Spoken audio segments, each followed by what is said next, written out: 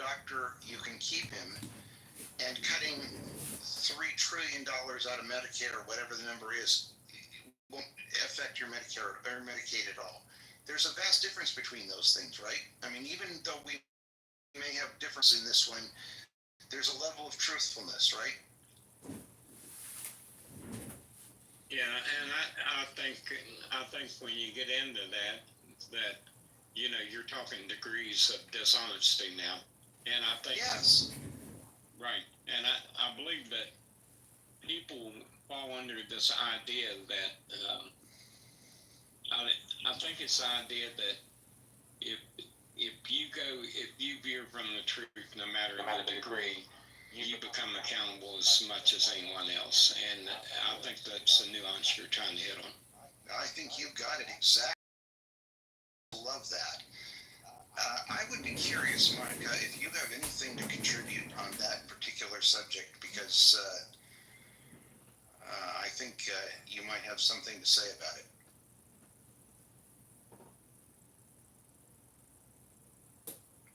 I feel like I was just called on when I wasn't paying attention in class.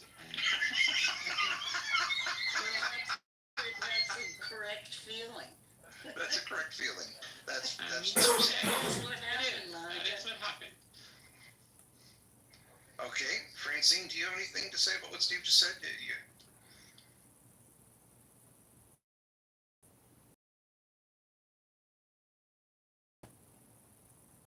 I don't want to recap, and I don't want to make people uncomfortable. Monica, for your benefit and for Steve's benefit, well, for everyone's benefit, the way this room is going to work is very different than other clubhouse rooms work. This is a meritocracy, and I have no problem with the idea of a meritocracy.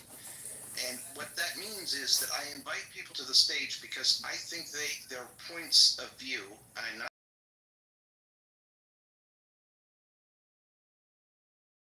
and they think purely emotional, they have some logic to them. If go back to the audience, you can raise your hand and we will invite you back. And I don't ever want someone to feel that they are called on out of turn. So this is not I want people to come back here and I want to have intelligent conversations. And I think we are still really trying to learn how to make the best use of Clubhouse, which is not TV, it's not talk radio, it's a whole new animal. And I want to invent a culture that will facilitate healthy, provocative dialogue. Alec, and we welcome too, a word of welcome to the great Steve Appel and the great John Kitover. These are two friends from Clubhouse who are major players on the app, major content creators and real celebrities in their own right on this app. Oh, wonderful. Yeah, I'd like to say that, you can use Grok to do financial projections. So a financial projection like if we were to cut the deficit by 25% and keep it fixed at cutting it at 25%, what's the national debt in 10 years, 30 years? So based off of historical data, we can figure out where we'll be at in the future. So a lot of these conversations, like if we remove $2 trillion from Medicare, Medicaid, or $1 trillion from Medicare, Medicaid, it's like, do people on this app even do any financial calculations and discuss anything that they actually create or explore? And so is this app just not constant political propaganda as opposed to anybody doing any kind of actual, data creation and data analysis? You said you can use Grok? What is Grok? Grok, Grok, or any other AI software to do financial, estimations and calculation. Okay. My goal is to create an environment where we can support each other with we all have different skills and different abilities. And I think your point is very well taken, and I want to take a lot of emotion out of it and create some logic.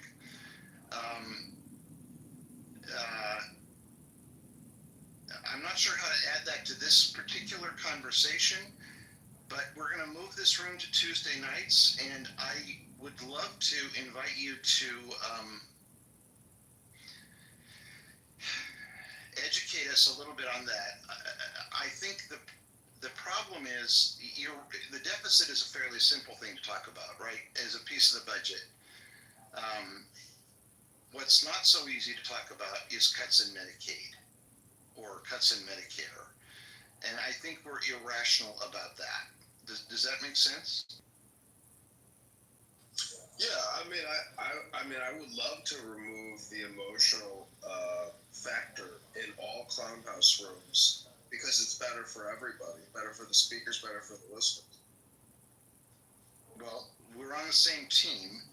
It's easier said than done. But when you first made your point, it's felt to me like it was way out of left field. But now I don't think that at all. I think it's actually relevant. We just need to put it in the right slot. And the right slot for that is maybe to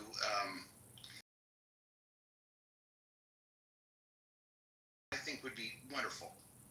That would be an easy thing for us to do politically is to say beyond age 80, you don't get certain kinds of medical treatment under Medicare Advantage. That would be an easy thing for us to do. Why should you do a colonoscopy on somebody who's to upset you, Francine, if you disagree with me? Oh, I have no disagreement, advantage, because it privatized the people to do things, and I don't know if colonoscopy screenings is one of them, but in screen for things where you wouldn't take treatment if you found a positive result, or if you did, the opportunity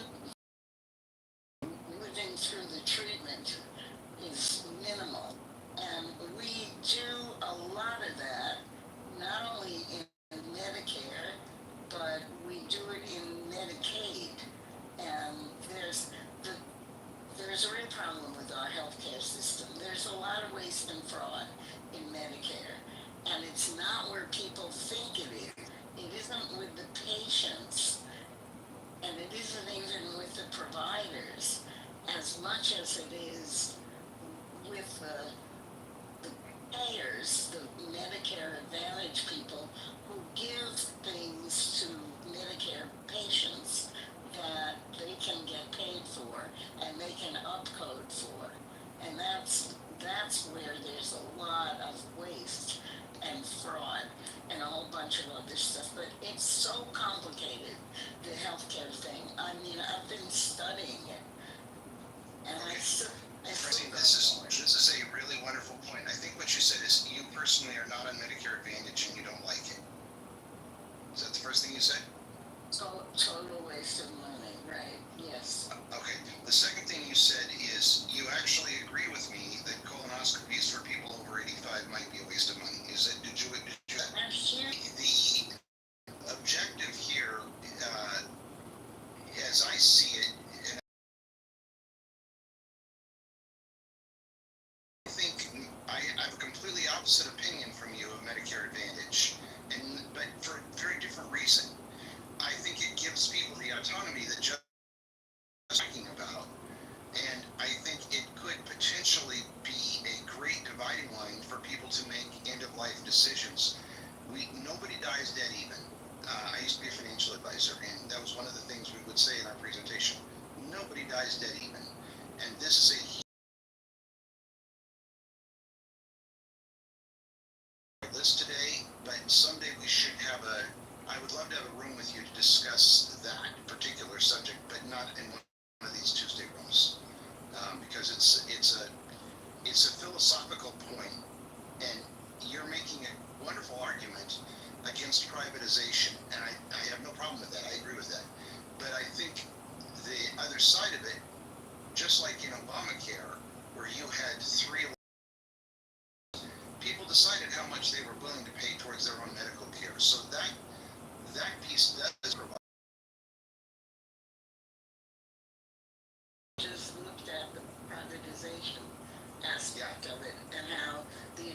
insurance companies have ripped off the Center for Medicare and Medicaid Services.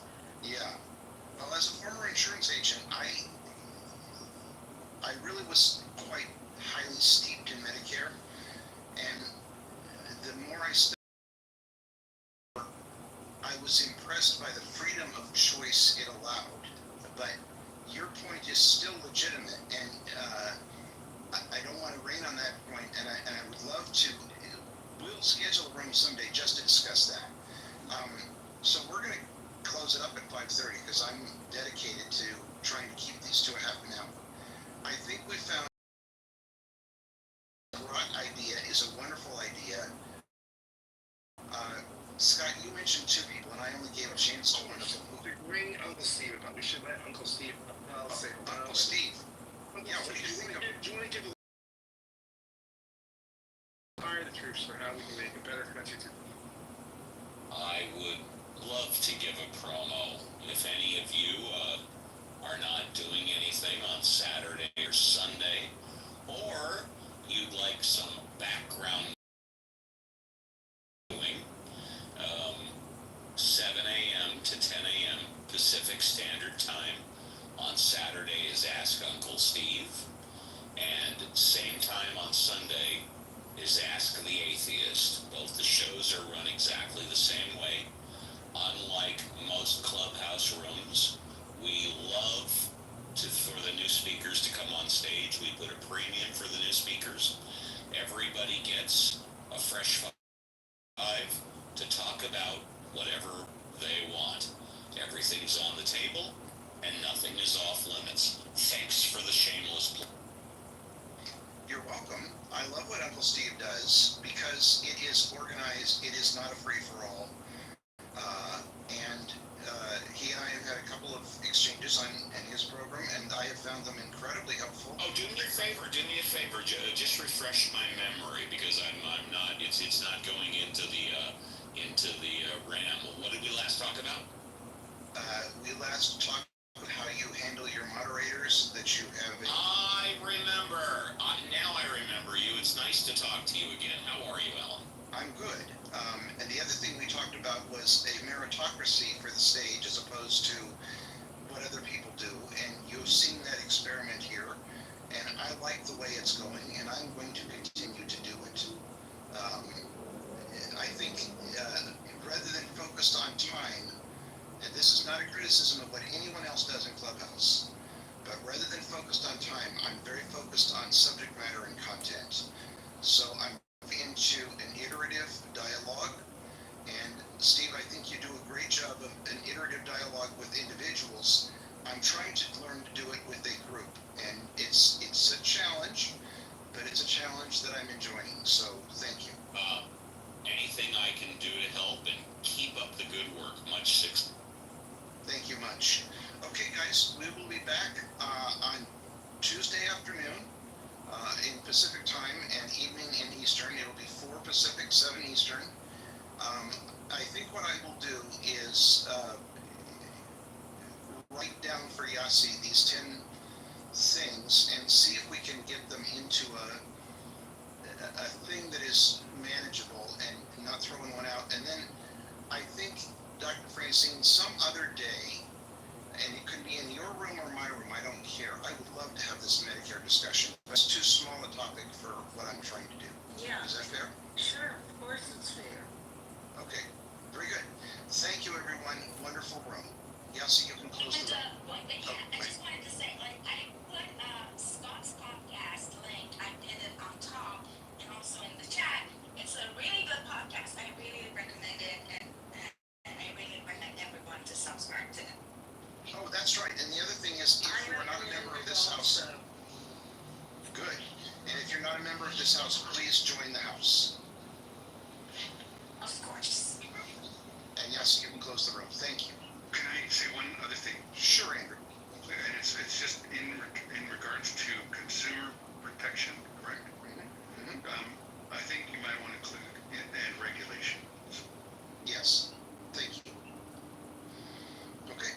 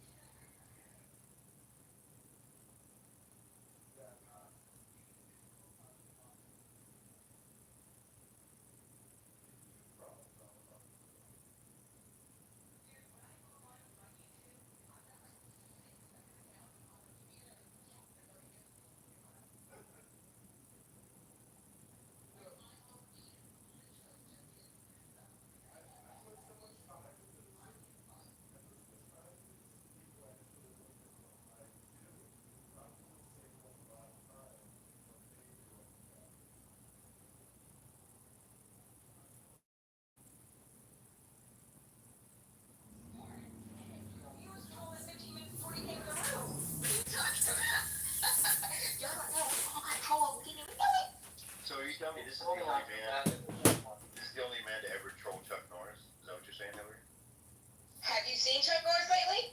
Exactly. They know it's not, they don't care how they look. JB's on to something. Well, I agreed with Steve, but then when Tip made his point, I started thinking about it, and I'm like, that's a good point too. You know, there are a lot of men in prisons across the country. They're not hotties, average-looking guys. Some of them fuglies, but they get the money on the books by women who want that inmate pen pal, that inmate love interest. You have women out there who won't even date men on the outside. They only go for guys in prison. There's a whole series about it. It's called Love After Lockup, Life After Lockup. And then of course, I have to go all the way back to the 80s and think about Ted Bundy. Remember, women thought Ted Bundy was the hottest of the hots. And Ted Bundy used his charisma and charm to infiltrate the investigation and help the police solve his murders before they figured out, wait a minute, the killer we're looking for is on the investigation. Crime and criminals. I think part of it is that whole criminals are oftentimes viewed because they're the opposite of law and order. Some folks might think, they're sticking to the man. They got one over on the man, even though they're locked up. They dare to be different by going against the grain and fighting the law, even though in many cases they lose. But a lot of women find that, or people, but women in particular, find that thrilling, exotic, and exciting. I'll tell you what, I think Steve is right, and I think Tip is right. Because two things can be right at the same time. But I think a lot of these, not just women, men as well, who are interested in crime and criminals and follow all this stuff, it's the message, right? Luigi had a message. And I think there's a certain segment of America, that, especially young dummies, that resonate with that message of, anti-establishment. Fuck that guy that he was a CEO of a health company. He had kids. He was married. People didn't give a shit about that. They cared about that he was the CEO of a health company. So, guys, if you're on stage, ping people in. I'm going to start pinging people in. Let's have this great conversation. I'm curious what people think. I'll be honest with you. Since I got home, right, from being incarcerated 11 years ago, I've always been transparent about my past in real life on this app. It didn't matter to me. Because if you're going to judge me, then you're showing me I don't need you in my circle. But I have to be honest with you. I almost said bro. I got to be honest with you, Nye. I've got more women interested in me because of my past than because of who I am. Like, they're just so interested in that shit. It's just like, at first it was cool, playing the tough guy and all the ex-con. But after a while, it's like, yo, this is bullshit. But I'm going to be pinging people in. Guys, just have the debates. Why are Americans fascinated with crime and criminals? Well, JB, go ahead. Hold on, let me just say this real quick. And this is going to be a polarizing statement, Miss Nye. But we do have a convicted felon that's crazy. But go ahead, Tip, and then Nye. Bro, when I had my little time in the street or on the other side of the law, I had a lot of women. It's a society. And that's the connection that I have with them. Like, they're impressed with me being so emboldened and so audacious and or whatever. They like the fact that I have balls. I'm not sure why people go with some of these sick people. Some of these psycho killers or whatever, right? But they get a lot of love. But I think a lot of people are not spoken for. And a lot of women specifically they are spoken for. They attach themselves to men that have the audacity to get out there and kick ass and just say, they scream, what I mean? I'm saying, I'm bugging out a little bit. Yeah, I want to respond to that very quickly, and then KTP is new. So, Tip, I agree with everything that you just said. A lot of people think that way.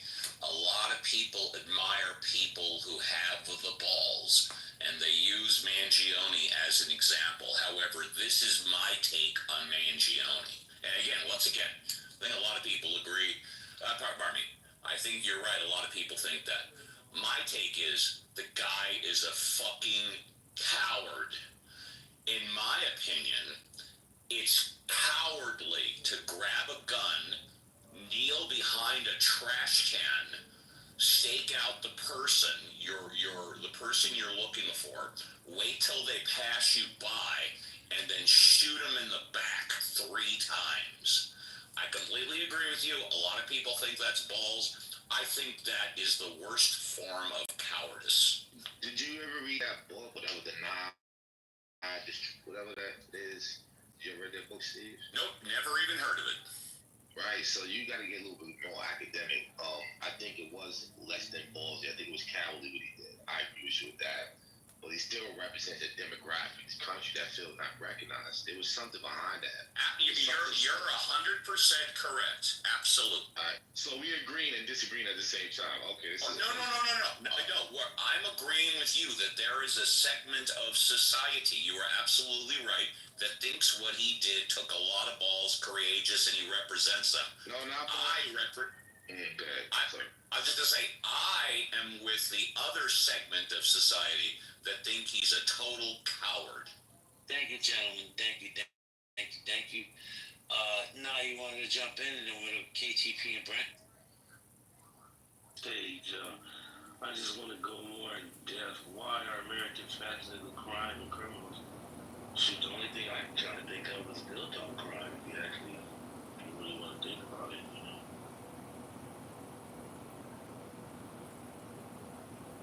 Started by gangs. Well, I was gonna wait. KTP. I don't know.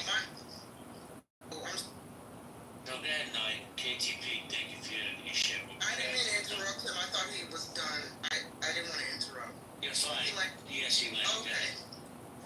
Well, we kind of got a little past it. I was gonna comment on what you were saying, JB, about. I think you said something about when women find out about your past, it's made them a little bit more interested. I'm not sure. Something like that you said, and it made me think about how I think folks, men and women, when we find out these things about people, we're fascinated with it. I'm not by no means calling, but I think we're fascinated with the criminal mindset, right? We're fascinated with what makes a criminal choose that life or take that road or go down that path. What's their redemption story? Why did they decide to get, if they choose to kind of bounce back from that lifestyle and turn it around, you know, what was the motivating factor? Now, I'm only going to admit this right now because you kind of brought it up. Otherwise, I never would have brought this up. And I hope what I'm about to say doesn't bring smoke between us, but I mean this respectfully. When I first started coming in this space consistently, and folks on the back end were mad that I, a black woman, was sitting on this stage with you. You know, I had a few people reach into my back end. I didn't know anything about your past, I'm gonna be honest with you. And I would sit up on the stage and hear you say that you were, you know, you had been in prison, but it was still none of my business. I never would have asked you. But I had a few people in my back end reach out to me and kind of fill in the details. And I tell you something, and I guess they were doing that to kind of convince me that this is not the space, this is not the type of person you want to sit around. But I don't know, there was something about learning this information where I was like, it made you that more interesting to me, JB. I was like, this is very, very interesting to me. I find him that more fascinating. So, and I mean that respectfully. And I don't know why. Well, I'll land there. JB is wonderful. Thank you, sir. I appreciate the comment. Hold on, Casey. So now, I don't know how long you've been on this app. I've been on this app since the beginning. And there was a point, and I brought this up earlier. There was a point on this app where I literally got chased all over this app because of my past. Everything gets weaponized on this app. We all know this. And I didn't hide from it. I owned it, right? So my thing is, what people weren't taking the time to do was to take the time to learn. What I mean by that is, one of the main people that were chasing me, who was in charge of one of the bigger houses on this app, was an ex-con who got caught selling heroin to children. Now, I never brought that up in my defense because it wasn't for me to defame anybody. That was the fact that he's probably made a couple $1 million scamming people on this app. But people don't want to hear that. They want to get the lowest hanging fruit. And the truth is, I'm okay with that. See, articles that people really aren't accurate. Articles that people really aren't accurate. Never went to prison for a sex crime, to prison for a sex crime, right? I'm not on any sex offender. I'm not on any sex offender registry. But they'll grab that shit and they'll go, it fascinates me because people do want to talk to me about the criminal underworld. It's me because people do want to talk to me about the criminal underworld. You know what I went to prison for wasn't the only crime I was doing. When you're a criminal, you're grabbing money with both hands. You don't give a fuck where it's coming from. Forms of violence. Forms of violence. It's more of a cerebral criminal. You know, if they would have busted me for the crime, but you know, listen, by the grace of God, I'm here today. I'm a better man. I learned my lesson. And the people I find that point fingers